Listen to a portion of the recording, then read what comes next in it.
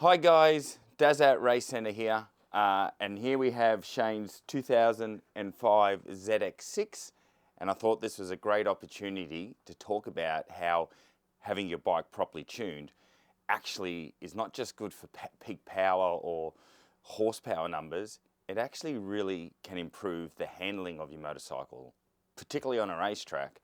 One of the key aspects about handling of a motorcycle or riding a motorcycle quickly is you'd get the bike into the corner, and in an ideal world you're getting it in quite quickly, and then the middle corner, in the middle of the corner, particularly any double apex corners or long corners, you have to pick up the throttle and balance the bike.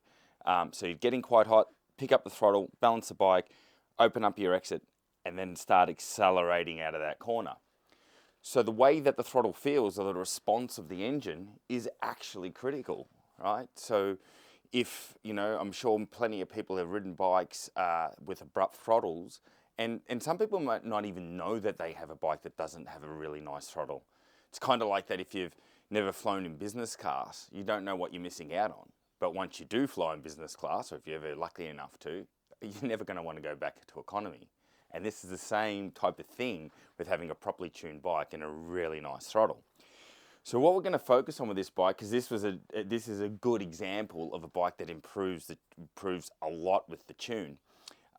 Something you have to understand with dyno charts, they're a 2D representation. So what that means is, what you'll normally see, the dyno graph you're normally used to seeing is a 2D representation of 100% throttle, right? So with the dyno loads the bike up, the dyno operator holds the bike on 100% throttle, and the dyno measures the power at 100% throttle.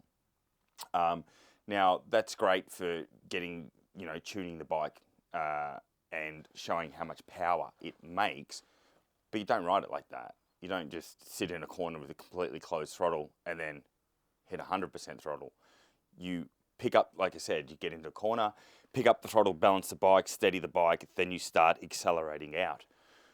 So throttle positions like 5% throttle to 30% throttle make a massive difference in terms of how the bike performs and how it handles. If you've got a bike that is got a super smooth throttle, it's super predictable, you get into the corner fast, and you just go to pick up the throttle, it's smooth, it's responsive, it does exactly what you think. There's no jerkiness and there's no all of a sudden a hit of power. You start to trust it, so you can go into the corner faster, carry more speed, because you know that when you need the throttle to balance the bike, that it's going to be there and respond in exactly the same way that you would expect it to. The other thing too is if it responds really nice and then you're in control and you can feed the throttle on nicely, you'll have more grip because you can put the power down in a predictable way. If by conversely you had a throttle that is abrupt or what we call has a few holes in it, you might go to pick up the throttle and it's not responding, and then you give it a bit more and all of a sudden you get this burst of power. You're not going to trust the throttle like that. So what happens with that is you subconsciously, without thinking about it, you won't be confident enough to carry as much entry speed because the throttle response isn't going to be what you need with that sort of entry speed. And there might be some people out there going, oh, well, I'm a good enough rider, I can ride around it, I don't need a great throttle.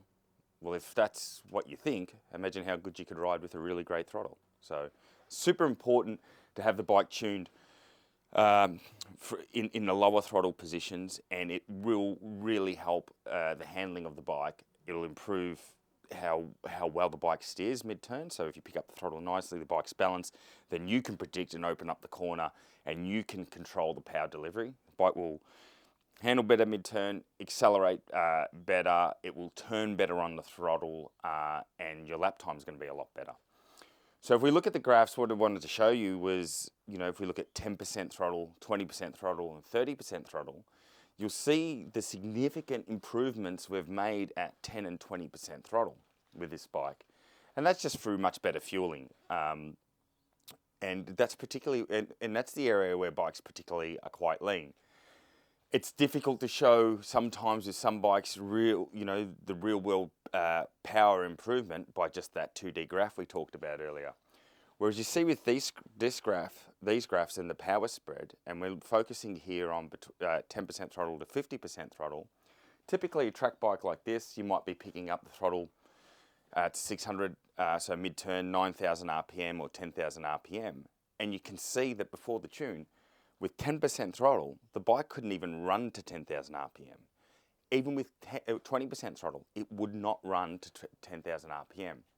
So what that means in the real world is when you get that bike in that corner, and if that's the rev range where your gearing's at and you're in a corner, like I said, particularly a double apex corner, but even just a single basic 90-degree corner, and you go to pick up the throttle at RPM, you're going to need close to 30% throttle for the bike to even respond.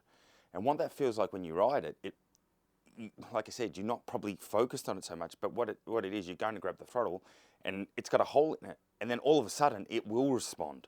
And if you look at the 30% graph, we didn't make as much gain in 30%.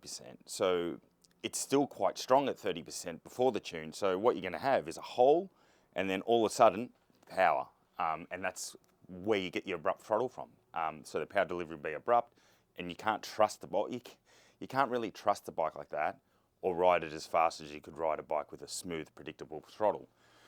So if we go back to that, the other thing about it is with dyno graphs, and as I said, they're 2D, but you're not looking at the peak numbers. You should be looking at the area under the power graph, because that's the volume of power that you have available. So if we take that trace, let's say 9,000 RPM is where I'm in the middle of the corner and go to pick up the throttle. You can see with the tune, as soon as you get to about 10% throttle, you're going to have some response. And then as you wind it on through 20 and 30% throttle, you have significantly more power available with much less rotation of your hand than you did before the tune. So it's going to create less arm pump through a rest and less soreness and tiredness in your wrist. So you can then start to open the throttle and deliver the power much, much better in a predictable way that you're in control of. And when you start to feed that throttle on like that, that also equals lap time, because the bike's balanced, starts to turn the way you want it, and you can accelerate out of the corner, and it can make significant improvements to your lap time, and as I said, and to the handling of the bike. So mega important that a bike's tuned properly, particularly in that 0 to 30% throttle range, because it will make a substantial difference. Now this bike did make good power gains at 100% throttle, and you can see the 100% throttle graph. We've managed to make decent amount of horsepower gains, and that's because the bike was a little bit lean. You don't always get gains like that at 100% throttle, but even say we didn't get that sort of gain with this bike, to ride it, the gains would be significant. We talk about torque, mid-range, and power delivery. You can't really see, while technically, yes, you can see torque in mid-range and 100% throttle runs, you're only seeing the torque in mid-range at 100% throttle. Again, you don't ride it like that. You ride it through you ride it through all the throttle positions, pick up the throttle, and you start to roll it on, and you're passing through 10% throttle, 15% throttle, 20% throttle, 25% throttle, 30% throttle, and you're rolling through it, and then once you've got the bike pointed to the exit, and you're confident you're going to make it, that's when you smash the throttle to 100%.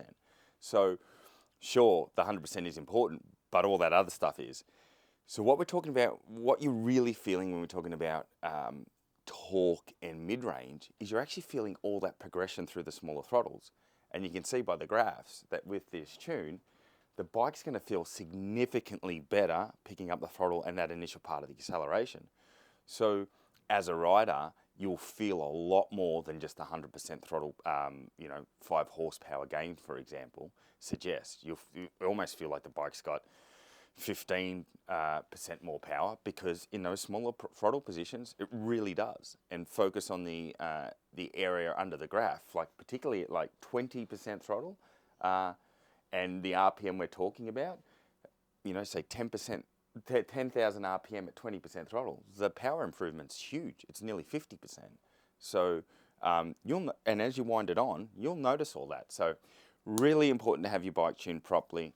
Thought this was a great example to show you. So yeah, bear that in mind, that if you're having your bike tuned, ideally we'd love you to have it tuned here at Race Centre. But if you're not, and you really want a good tune, you do need to understand about that 0 to 30, or so let's say 0 to 50% throttle, making sure that that's tuned really well, because that's going to make the difference to the handling, performance and the feel of the bike, power delivery, and your lap time. So hope that provides some information. Time to go and have a listen to this thing on the dyno. And as always, remember, have fun, ride safe, and if you're on a racetrack, have a dip.